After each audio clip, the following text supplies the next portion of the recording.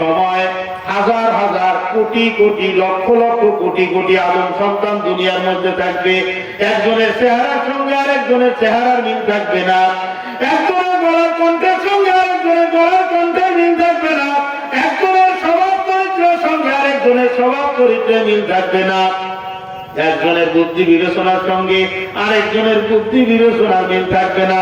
কথা বলেন আছে? আছে। একজনের চেহারার সঙ্গে আরেকজনের চেহারার কোনো মিল নাই। আবার এই চেহারা দেখে কিন্তু অনুমান করা যায় এটা অমুকের ভাই বা এটা অমুকের ছেলে, এটা অমুকের বোন হইতে পারে। কথা কর, চেহারা দেখলে মনে হয় আবার এরকম ভাবে এটা মনে হয় অমুকের কেউ অমুকের কেউ। এই চেহারার মধ্যে এরকম একটা ছাপ আল্লাহ পাক রেখে দিচ্ছেন। আবার চেহারার মধ্যে কোনো মিল নেই, একজন আরেকজনের মতো দেখতে লাগে, তারপরেও দুইটা চেহারা একসাথে করে দেখবেন কতখানি ব্যবধান থাকে। এই কথা বোঝা যাচ্ছে? 3-4 জনের মতো কথাই বলতেছে না, বাড়ির থেকে নিষেধ করে দিয়েছে যে মাঝে যাচ্ছাও যাও, কিন্তু কথা কোনো বলে না। এরকম কি বলে দিছে? কথা বলেন মাঝে মাঝে, শরীর গরম হবে দেখবেন, ঠান্ডা কখন আছে। বলতেছিলাম চারটা জিনিস আল্লাহ পাক নিজের কুদরতি হাতে বানাইছেন, তার মধ্যে একটা হলো হযরত আদম আলাইহিস সালামের মাথা। আল্লাহ পাক নিজেই বলতেছেন ইয়া ইবলিস মা মানাকা আন তাসজুদা লিমা ইজ আমারতুকা লিমা খালাকতু বিয়াদাইয়া।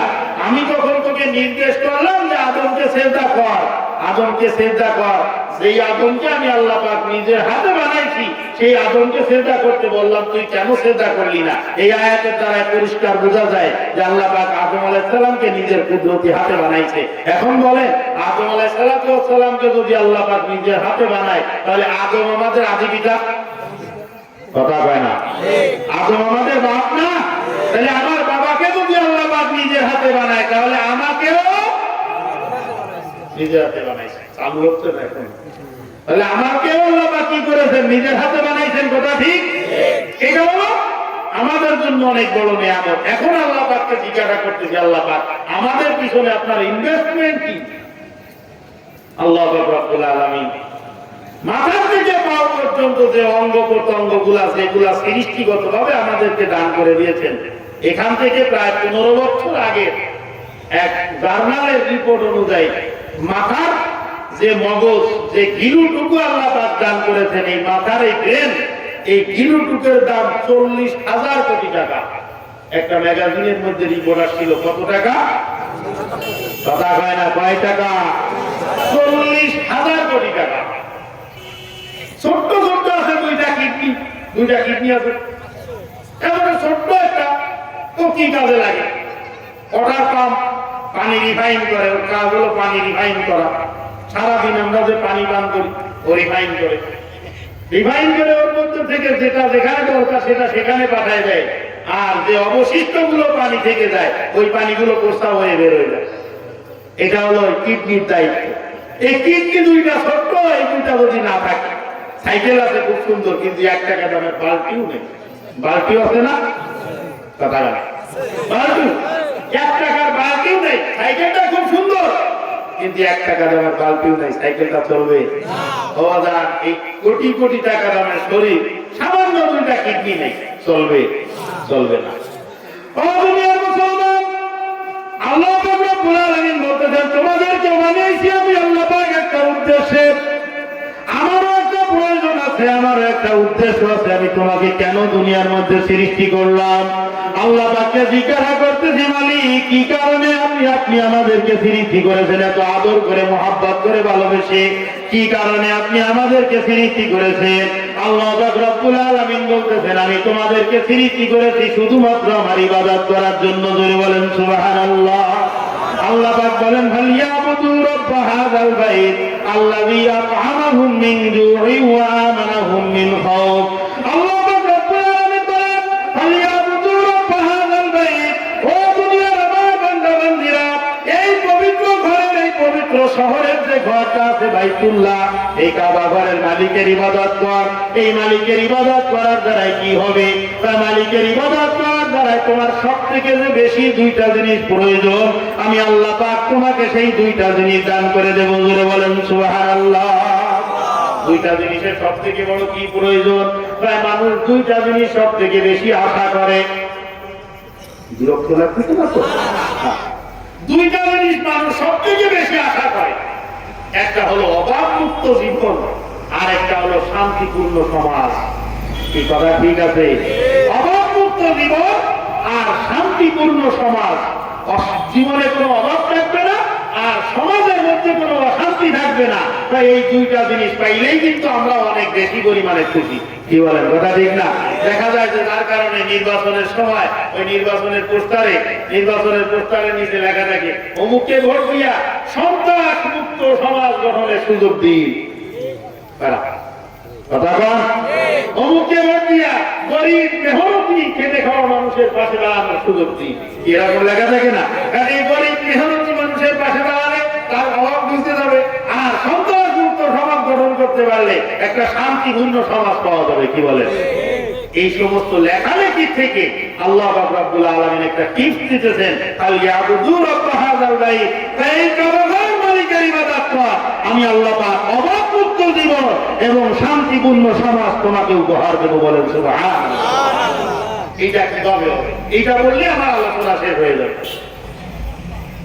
নামাজ আদায় করার দ্বারা, ইবাদত করার দ্বারা কিভাবে শান্তিপূর্ণ সমাজ আসবে, কিভাবে অভাবমুক্ত জীবন হবে, এইটা বুঝতে পারলেই মোটামুটি আমরা একটা পর্যায়ে চলে আসতেছি। খেয়াল করেন, আপনারা যারা দাওয়াত ও তাবলীগের সঙ্গে জড়িত আছেন, এখানে আছেন না? অনেকে সিল্লা দিচ্ছেন, এরকম আছেন কেউ এখানে?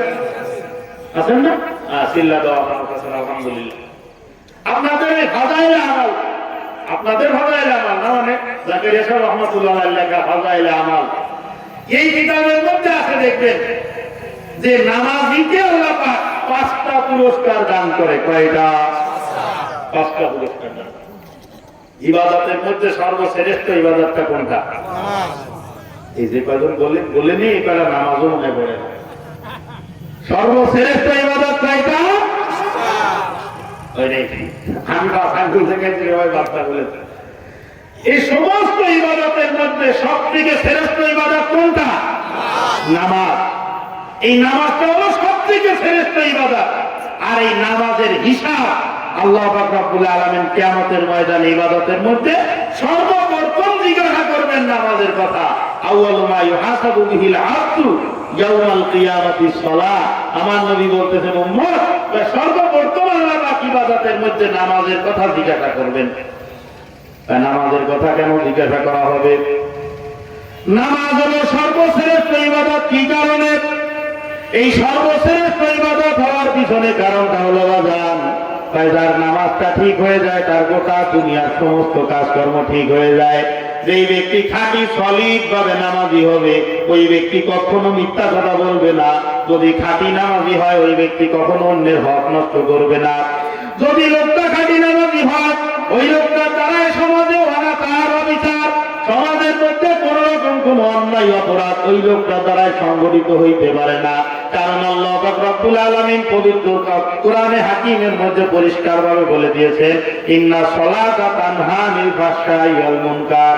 ও দুনিয়ার আমার বান্দা বান্দীরা, নামাজ এমন একটা ইবাদত, যে ইবাদতের দ্বারাই, যে ইবাদতটা যদি সুন্দর হয়ে যায়, এই ইবাদতটা যদি কোনো ব্যক্তি কন্টিনিউ ভাবে করতে পারে, এই ইবাদতটাকে যদি গুরুত্ব সহকারে আদায় করতে পারে, ওই ব্যক্তি সমস্ত রকমের পাপাচার থেকে মুক্ত থাকতে পারে। জোরে বলেন সুবহানাল্লাহ। কি কারণে মুক্ত থাকবে? অবদান একটু খেয়াল করেন। আমরা এখন 2 রাকাত নামাজের একটা প্র্যাকটিস করতেছি। খেয়াল করেন, নামাজের কথা বলার জন্য ওয়াজ মাহফিল দিতে, এই কথা ভাবতেছেন না তো মনে মনে কেউ? ওয়াজ মাহফিলে নামাজের কথা ছাড়া কিসের কথা হবে? এই তো সহজ সরল জিনিস আমরা জানি। আসেন খেয়াল করেন একটু, আমরা যা জানি আর আমি যা বলতে চাচ্ছি, দুইটা একসাথে মিশানোর পরে আপনারও ফায়দা, আমারও ফায়দা। খেয়াল করেন, নামাজের মধ্যে সর্বপ্রথম পরিষ্কার পরিচ্ছন্ন ওযুটা সুন্দর করে ওযু কালাম করার পর যখন মানুষ নামাজে দাঁড়ায়, আল্লাহু আকবার, যখন আমি বলি আল্লাহু আকবার, তখন এর অর্থ হয় যে আল্লাহ সব কিছু থেকে বড়। কথা ঠিক আছে? আল্লাহ সব কিছু থেকে বড়, আল্লাহর উপরে আর কোনো কিছু নাই। এই যে 4 বার আল্লাহু আকবার বলা হয়, খেয়াল করেছেন কোনদিন মুয়াজ্জিন কয়বার বলে আল্লাহু আকবার? কথা কয় না। সবার মধ্যে কোনো বিরক্তি থাকবে না, একটা খুশি খুশাল থাকেন, একটু হাসি খুশি থাকলে ভালো লাগে। 4 বার আল্লাহু আকবার বলে, দুনিয়ার মধ্যে 4টা পেশায় মানুষ নিয়োজিত থাকে। 4টা পেশা। 1 নম্বর পেশা হলো কিছু মানুষ থাকে রাষ্ট্র পরিচালনার কাজে। 2য় নম্বর কিছু মানুষ থাকে আপনার ব্যবসা বাণিজ্যের কাজে।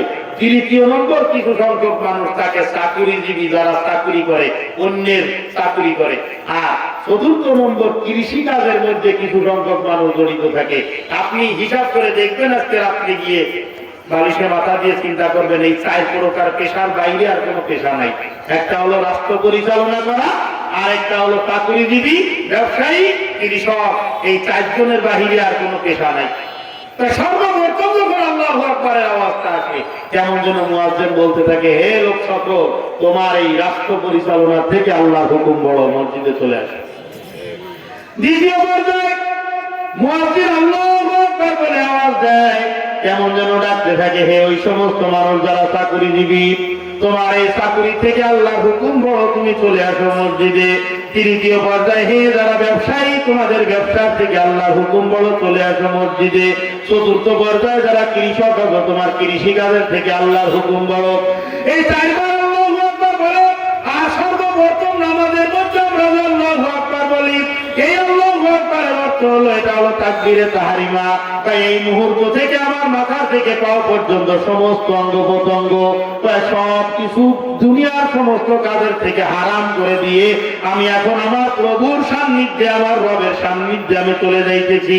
আমার রব পৃথিবীর সব কিছু থেকে বড়, তাই আমার সেই সব থেকে বড় রবের সামনে আমি দণ্ডায়মান। আপনি যখন নামাজে দাঁড়াইলেন, মনে মনে কল্পনা করেন বাবা, আহকামুল হাকিমিন আরশে আজিমের মালিক আল্লাহ পাক রব্বুল আলামিন আপনার সামনে দাঁড়ানো। আপনার ডান পাশে জান্নাত আছে, বাম পাশে জাহান্নাম আছে। হযরত আজরাইল আলাইহিস সালাতু ওয়াস সালাম আল্লাহ পাকের হুকুমের অপেক্ষায় আপনার পিছনে ওত পেতে আছে, কখন আল্লাহর হুকুম হবে আর খপ করে আজরাইল আপনাকে ধরে ফেলবে। ফুলসিরাতের উপরে কেমন যেন আমি দাঁড়ানো। এই অবস্থায় থেকে আপনি কল্পনা করতেছেন, কল্পনা করেন আর মনে মনে নামাজের নিয়ত করেন, সুবহানাকাল্লাহুম্মা বিহামদিকা ওয়া তাবারাকা ইসমুকা ওয়া তাআলা জাদ্দুকা ওয়া লা ইলাহা গায়রুক। এটা কি? আল্লাহ কথা কয় না, এটা কি? সানা। আওয়াজ করে বলেন, না তো আপনি নামাজ পড়েন না, এটা মুখস্থ নয়, ধরা পড়ে যাবেন কিন্তু।